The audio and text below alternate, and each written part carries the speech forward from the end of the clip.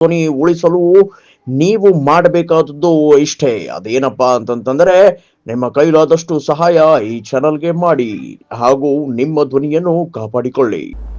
ಅದೇ ಕಾಲಕ್ಕೆ ಮನುಸ್ಮೃತಿ ನಮ್ಮ ಧರ್ಮ ಗ್ರಂಥ ಅಂತ ಹೇಳ್ತಾ ಇದ್ದಾರೆ. ಎಷ್ಟೋ ವರ್ಷ ನಿಮ್ಗೆ ಗೊತ್ತದ.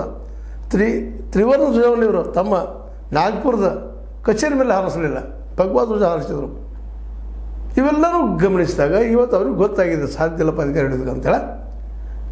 ಇವತ್ತು ನಾವು ಸಂವಿಧಾನಕ್ಕೆ ಬದ್ದಿದ್ದೀವಿ. ಈಗ ಸ್ವತಃ ಮೋದಿಯವರು ಹೇಳ್ತಾ ಇದ್ದಾರೆ, ಸ್ವತಃ ಇನ್ನುಳಿದವರು ಹೇಳ್ತಾ ಇದ್ದಾರೆ ಬಿ ಜೆ ಪಿಯಲ್ಲಿ ಸಂವಿಧಾನ ನಾವು ಅದ್ರ ಪ್ರಕಾರ ನಾವು ನಡೆದೀವಿ, ಮೀಸಲಾತಿ ವಿರೋಧ ಎಲ್ಲ ಅಂತ ಹೇಳ್ತಾ ಇದ್ದಾರೆ. ಇದಕ್ಕೆಲ್ಲ ಕಾರಣ ಏನು? ನಾವು ಒ ಬಿ ಸಿ ಒಬ್ಬ ಪ್ರಧಾನಿ ಆಗಿದ್ದು ಅಂತ ಹೇಳ್ತಾ ಇದ್ದಾರೆ. ಅಂದರೆ ಪರಿವರ್ತನೆ ಆಗ್ತಾ ಇದ್ದೀರಿ ಅಂತ ನೀವು ನಾಟಕ ಮಾಡ್ತಾ ಇದ್ದೀರೋ ನಿಜವಾಗಿ ಇದ್ದೀರೋ ಆ ಮಾತು ಬೇರೆ. ಯಾಕಂದರೆ ಆರ್ ಎಸ್ ಎಸ್ ನಿಮ್ಮ ನಂಬಿಕೆ ಇರಲಿ, ಆದರೆ ಇದು ನಾಡ ಹಬ್ಬ. ಕನ್ನಡದ ಹೆಸರನ್ನು ವಿದೇಶಗಳಲ್ಲಿ ಹಬ್ಬಿಸಿದಂಥದ್ದು ಅಷ್ಟೇ ಅಲ್ಲ, ಅದರಲ್ಲೂ ಬುಕರ್ ಪ್ರಶಸ್ತಿ ಅನ್ನುವಂಥ ಒಂದು ಮೌಲ್ಯಾತ್ಮಕ ಒಂದು ಪ್ರಶಸ್ತಿ ಪಡೆದಂಥ ಹೆಣ್ಣುಮಗಳು. ಅವಳು ಒಬ್ಬರನ್ನು ಕರೆದಿದ್ದಾರೆ, ಒಬ್ಬ ಲೇಖಕಿ ಅಂತ ಕರೆದಿದ್ದಾರೆ.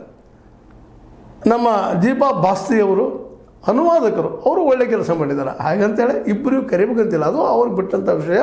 ಆದರೆ ಬಾಣು ಮುಸ್ತಾಕ್ ಅವ್ರನ್ನ ಕರೆದ ತಪ್ಪ, ಮತ್ತು ನಾ ಚಾಮುಂಡಿ ಬೆಟ್ಟ ಹತ್ತಲಿಕ್ಕೆ ಬಿಡೋದಿಲ್ಲ ಅನ್ನುವಷ್ಟರ ಮಟ್ಟಿಗೆ ನಮ್ಮ ಏನಪ್ಪ ಅಂತಂದ್ರೆ ಶೋಭಾ ಕರಂದ್ಲಾಜೆಯವರು ಒತ್ತಾಯ ಮಾಡ್ತಾಯಿದ್ದಾರೆ. ಅಂದರೆ ಇದರ ಅರ್ಥ ಏನಪ್ಪ ಇಲ್ಲಿ ಅಂತ ನಾನು ಹೇಳೋದು ಒಂದು ಸ್ಪಷ್ಟವಾಗಿ, ಇಂಥ ಹೇಳಿಕೆಗಳಿಂದ ನೀವು ಮುಂದಿನ ಎಲೆಕ್ಷನ್ ಗೆಲ್ತೀರಿ ಮಾಡ್ತೀರಿ ಅನ್ನುವಂಥದ್ದು.